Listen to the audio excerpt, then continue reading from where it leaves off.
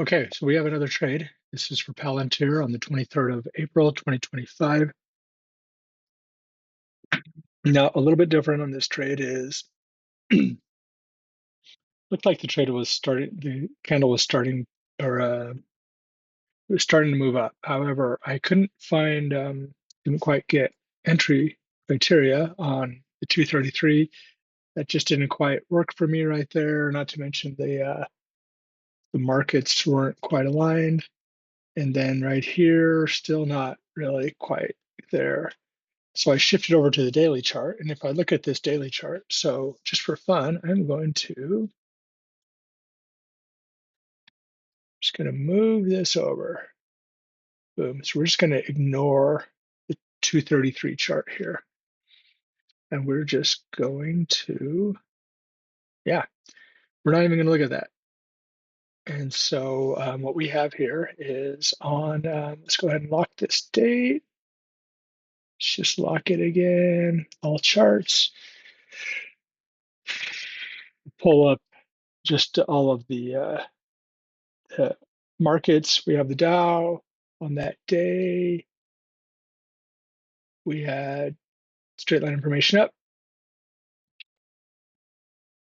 on the comp. Same story.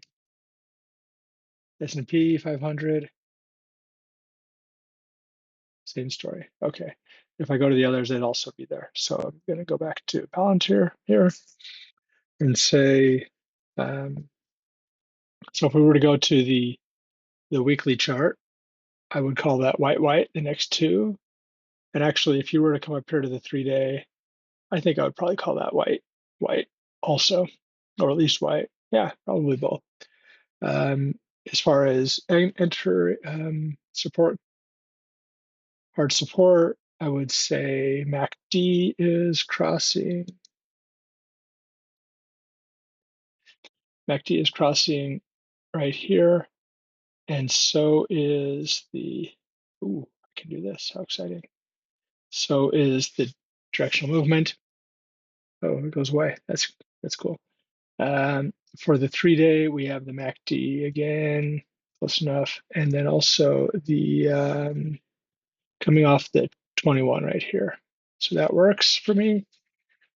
And then for the daily, we have Christmas cross, we have stock RSI, and we have directional movement. Those are all crossing. Nice circle there.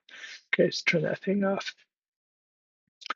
Okay, so I thought 110 seemed like a pretty fair entry.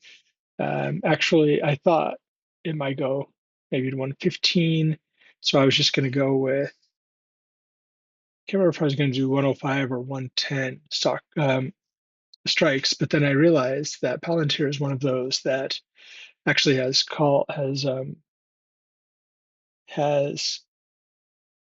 strikes every dollar. Sometimes this is a weekly one here. If I go to the monthly at this point, once you get, it's not always, I guess it doesn't always start at one. Okay. Anyway, so I changed that, and actually I was going to try the daily leisure trade. So I said I would do the May. If I thought this was going to go to 110, I probably was a little bit hasty on this. And why would it just go there? Seems like it would much more likely go here, push through here. But I said 108 calls for $1.85. And I also, that would be the May week one. And then also the May monthly at 106 calls, because at that time the 108s were not available for 703. So we'll just go ahead and step forward on this chart on this. So the starting price, we'll just note this $100 dollars and 82 cents. So we'll just come back here really quick and we'll see the open was actually 101.53. So it didn't gap. So could have entered that trade quite quickly. So I'm just going to look at these smaller charts. It just steadily climbed, basically.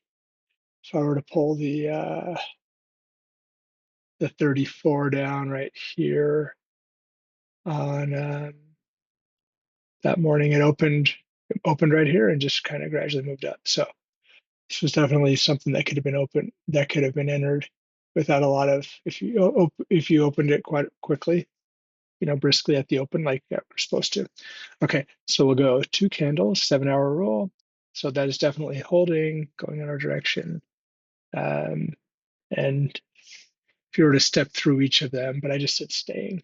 So let's go 2 more. And at this point, we're going to say on the daily, we have the top Bollinger Band auto wave line. Stock RSI lines are both above 80. Probably continuation close enough from 6 feet away or something like that. This is cocked. For the 3-day, we have the auto wave line. Very quite close to being cocked. Continuation, and on the weekly, the top wick is basically touching the top Bollinger Band. I said staying. Let's go forward. So auto wave line, stock RSI is basically crossing above 80, trigger fired, and continuation. You could say lost continuation there, but anyway, it was on the 30th of April. On the 3-day, we have the auto wave line, and we're cocked down here. Continuation, top Bollinger Band. I said, actually, for those week one, those May week ones, you'd have to exit right here per rule, um, which is fine because at $118.44, that's like $10.25, which is a 454% gain from 185 to $10.25. So that's not bad for 5 days. But I had some later options, so I stayed in the other ones. Okay, slight pullback, but I said I didn't. So we have the auto wave line, stock RSI is crossing and it's above 80. Histogram reversal, loss continuation. We have the auto wave line, and we're cocked. This is also came down, and the top Bollinger Band right here. I said I didn't think the move was over yet and staying. And actually later on, I kind of reasoned that this rising green line might nudge it up for a candle. So I'll go forward one more candle, and it moves up to 124. So we have the up auto wave line, stock RSI crossed or whatever. This is above 80. We're cocked again. We do have continuation on the 3-day. We have the auto wave line, top Bollinger Band. Cocked does have continuation on the, we have the top Bollinger Band. And I said the move is nearing the end. Exit the second position here, I think is probably over. And it turns out that was actually the perfect exit. It just moved down from there. So the good news is, I guess maybe eventually it started going up, but it doesn't matter. The move was over for my purposes. Um, let's get back to, so even right here, there was a tiny bit of time to get out. Like it didn't drop, and that's kind of expect that. But if I thought I'd probably exit this towards the end of the day on Friday, near the high, and just be done with it. But if not, good to go on Monday. So I called this a shiny gold entry. Position looked to be rising, but when there wasn't an entry on the 233, I shifted up to the daily where I did see an entry. Oh yeah, so I didn't say what the gain was on the second option from $7.30 to $21.50, a 195% gain. So that's great. For the middle, I followed the trade candle by candle. Red candle on the daily didn't scare me away, and the rising Christmas cross line pushed up the price for an additional candle. That was my reasoning. And the exit, I said shiny gold, correct exit on both candles, on both options. I went back and I thought about this a little bit more, and my strikes were probably the strikes that I thought about were not optimal. So instead of buying the 108 calls, I could have bought the 110 calls, and that would have been 47 cents. So I did it. I'll just